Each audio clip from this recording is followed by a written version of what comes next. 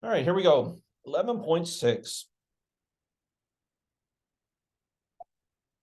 All right, so 11.6 is on something called arc lengths and areas of circles. Well, it's the title of it. It's actually going to be on not the entire circle, but the portion of a circle.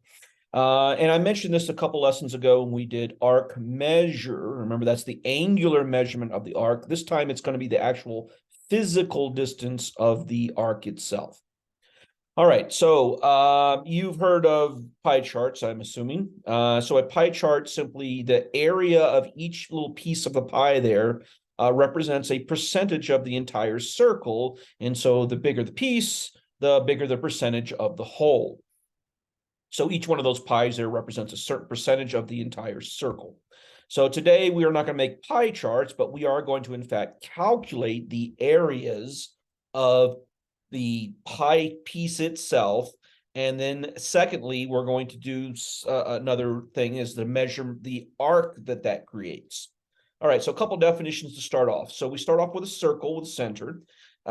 We make two radii right there. So we've created two things, right? We've created a arc right there, that arc right there that's blinking red. And if you want to color in that area right there, we've made a sector of the circle, not the entire circle, but part of the circle. So let's see, that construction you just right there, the area bounded by two radii and the arc is what we define as the sector of a circle. So that's our first definition. And today we're going to be calculating the area of that red part right there.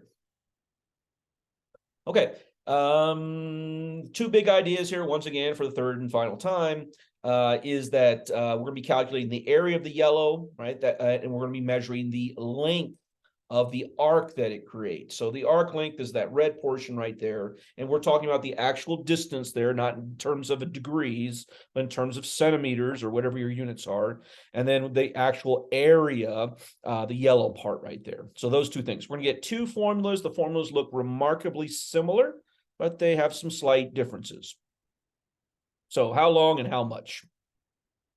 All right, so let's go back to arcs. Recall arcs. Arcs, both major and minor, are defined by the radii that they're constructed from. So the measurement of that arc right there, remember, is measured in degrees. We're talking measure, and that is equal to the central angle. And that was quite a few chapters ago. Okay. Quick talking proof. A talking proof is just, I'm going to talk you through the proof. I'm not going to do a formal two-column proof. So we're gonna come up with a formula for arc length. So that's the physical distance between A and B along the circle's path. All right, so we're gonna need a few things. First off, I'm gonna need the central angle. So remember, the central angle is equal to the measurement of that arc. Okay. We're gonna need the radius, so that would be R. And that would be both those distances right there. And then the relationship, remember, between central angle and the arc is the same. And the relationship between the arc there in red and the total distance around the circle, well, that would be a proportion or a part of it, or in fact, a percentage of that total distance around the circle. So let's say, for instance, if the total distance around the circle was 10, well, that red portion there would be a certain percentage, and it looks like maybe a quarter of that. So if I took the percent and I multiplied it by the total distance around the circle, well, then I would get the arc length, and that's where our formula is going to come from. So we need two things. We need the total distance around the circle, and then we need the percentage that the arc is of the entire circle. It turns out that those two values right there are too hard to find out. All right, so let's talk about that. First off, the total distance, the blue part, well, that's easy. That's just the circumference, right? And that's given to us by 2 pi r. Circles have 360 degrees in them. And remember, the central angle is a part of it. So to find the percent, we would just simply take the central angle and divide it by 360, and that would be its percent. So for instance, if you had a semicircle, it'd be 180 degrees. 180 degrees divided by 360 is a half. So it would be 50%, right? Written as percent. If it was a quarter, well, it would be 90 degrees. All right. And if we multiply that percent times the total distance, that's going to give us our arc length. So there's your talking proof of why that right there is the formula. So let's see, x times 360, or x divided by 360 times 2 pi r. Now, some books would reduce this. They would simply say x pi r over 180. I'm going to choose to keep this formula with the 2 pi r there, and you'll see why when we get to the sector area of why I've done that. All right, so arc length, write this one down. So the measure of the arc, and that's measure of the arc is in terms of degrees, but the length of the arc is an actual distance. And it's found by taking the central angle, that's the x, or the arc measure, dividing it by 360 and then multiplying it by 2 pi r. Remember, 2 pi r is the circumference.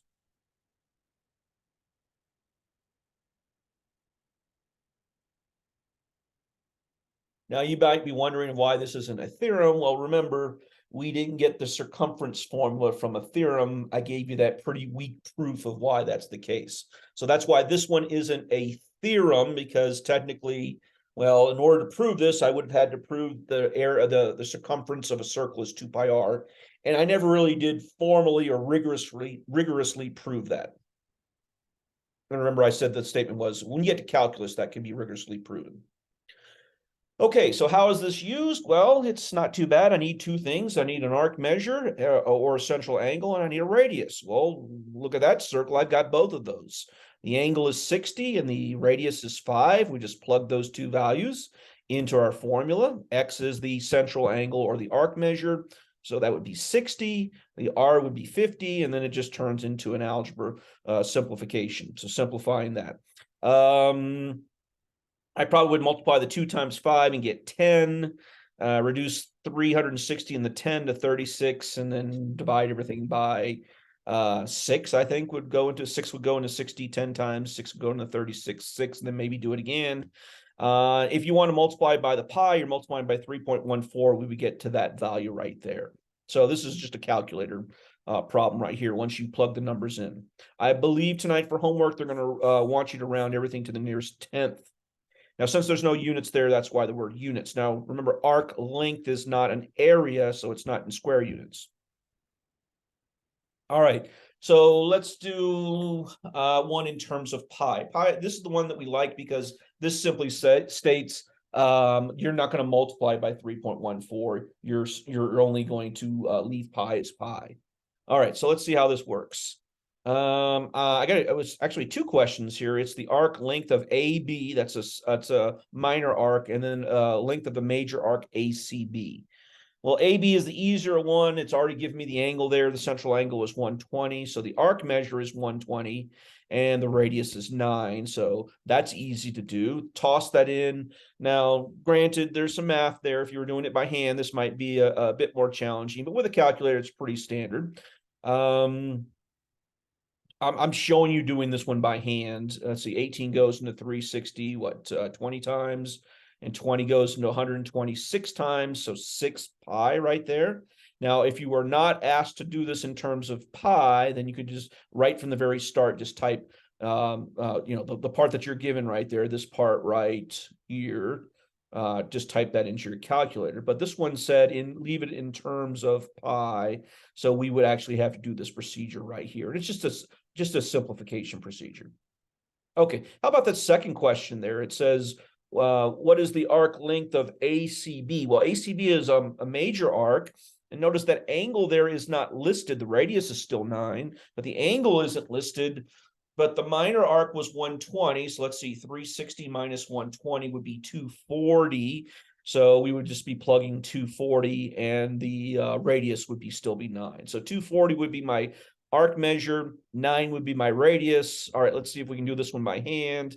Well, I'm still getting a 2 times 9, which is 18, and 18 goes into 360 20 times still, and 20 goes into 240, 12 times, so 12 pi.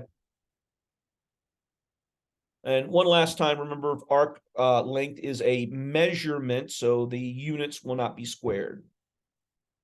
All right, looks easy enough, right? Hopefully so. All right, the second concept today is the sector area. Remember, that's the area bounded by those two radii right there. So how much area is between A, O, and B? Well, we still need the same thing. We need the arc measure and we need the radius to do our formula. But once again, it's that sector area is going to be a percent of the entire circle. And well, I already know what the area is of the entire circle. So if I could figure out the percentage of it, I would simply multiply the percent times the total area. Well, luckily for us, we can calculate the total area. Area of a circle is pi r squared, and the percent will be exactly the same as it was for arc length, and that would be the x degree over 360. That would be the percentage of the circle that's bounded by that arc there, AB.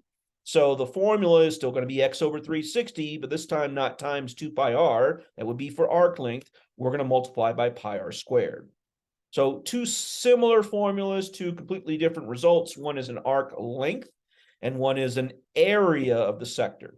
All right, so let's write this one down. So sector area is defined as the value of the arc measure, that's the x value, or the central angle, divided by 360 times pi r squared. And once again, what's going on in this formula is x over 360 is the percentage that sector is of the entire circle. So if we take that percentage, multiply it by the total thing, we get that area. And the total thing is pi r squared. Okay, so it looks like the same problem. This time we're just calculating the area. That looks green to me, the green part of that picture right there. So we got our formula, we need the arc measure, we need the radius, and we simply toss those values into that formula there in blue. So 60 over 360, we've already done that a bunch of times. Does it say leave it in terms of pi? No. So we're actually going to do this with a calculator. And I'm getting 13.1. And now this one is area, so we need square units. Okay, how about that last one? Well, this time I'm not going to have you do both the minor and the major. I'm just going to have you do the major arc AOB. So AOB, calculate the area of the, oh no, I have it major, the minor and major AOB. So that means the small one there, AB, and the larger one, ACB. All right, so we'll do the small one here first. So it's 120 and 9. So 120 is arc AB and 9 is the radius. Toss those two values in. This one says leave it in terms of pi. Hey, we've already done this a bunch of times. So we get 81. What goes into 81 and 36? 360, I think it's 9, right? 9 goes into 81 9 times, and 9 goes into 360 40 times. Hey, and luckily for us, 40 goes into 120, what, 3 times? 3 times 9 is 27, so we get 27 pi square units. All right, that wasn't too bad. How about the last one? So the big green portion right there. Well, you know, one way would be to plug in the formula. The other way would be to take that previous answer, 27 pi square units, and subtract it from the entire circle. But we can use the formula. All right, so it's 240 degrees. Remember where I got that from the previous problem. That's 360 minus 120. That would be the other side of the angle right there. The radius is still 9. So those are the values we're going to throw in. And the reduction is going to be similar. 81 is going to turn into a 9. 360 is going to turn into a 40. Because 9 goes into both those numbers. And does 40 go into 240? 6 times, I believe, right? So 6 times 9 is 54. Now this one's going to be 54 pi square units because the pi's never canceled. And there you go. A more challenging one is something like this. Now notice as we look at the picture, there's only a portion there that's shaded, and that's not a sector, that's a portion of a sector bounded by that triangle there. And notice that triangle is isosceles. All right, so go ahead and pause this one. Think this through in terms of the major idea here, and then play the video and see if you came up with the answer. I'm not asking you to do the calculation. I just want you to think of a strategy of how we're going to get this one, and then play the video. Okay, so what most people come up when they look at this is they think about this and say, well, if this is the sector, this entire thing is the sector right here, and we're only finding a portion of the sector, then couldn't we do the sector minus the triangle, and that would give us the red shaded region, and that's the basic idea. So the area of the shaded portion, right, would be equal to, let's see, the area of the sector minus the triangle area, and that's what we're going to do. So one piece at a time. Do we have the information we need? Yep, we need an angle and we need a radius. We got both. The angle is 90 degrees. Check it out. It's a 90-degree angle. And what else do we need? We need the radius is 10. So we can throw that in to that formula right there. And then we need the triangle area, and the triangle area would be base times height divided by 2. And we got both of those. 10 and 10 are the base and the height, and divide that by 2. So the area of the sector, XOY, right, that would be, let's see, 10 squared would be 100. And then what would be reduced? Does it say leave it in terms of pi? It doesn't. So let's see. Well, if you cancel that, 20 goes into both of those. 20 goes into 105 times. 20 goes into 360 18 times. And I think 18 goes into 90. It's at 5 times. Yeah, it's 5 times. And so 5 times 5 is 25 pi. All right. So from that, it's the entire area of the sector. From that, I'm going to subtract the triangle's area. So base times height divided by 2. So let's see, base times height, 10 times 10 is 100, divided by 2 is 50. So the area would be 50. And I just need to subtract that from 25 pi. And that's not a reassuring answer in terms of we like the answers when it's, something, a nice whole number. But in this case, that is the answer with the square units next to it. If you want to have the approximate answer there, I would do 25 times pi minus 50. If it said leave it in terms of pi, then it would be 20 in parentheses, 25 pi minus 50 square units. There are a couple questions tonight on homework that look like this. There's a couple challenging ones as well, too. There is one, I'll just go ahead and give you a hint on this one right here. I think it's the one everyone has questions on. They're going to give you a circle. Let me see if I can draw a circle. They're going to give you a circle, and then inside the circle, they're going to have, well, it's actually not a square. It's going to be something that looks like this. And then they're going to shade in this region right here. And then they're going to say, what is the area of the shaded region? So that particular one right there, there's lots of techniques of how to do this. Well, the more challenging technique, and it's multiple steps, would be if I connect the center to that's horrible, center to that, then that's the previous problem right there, right? Except we're not finding this area right here, we're finding that center. So it still would be sector, or it should be the area of the triangle right there. And there's what, 4 triangles right there, if I connect this to this, but 2 of them are not triangles.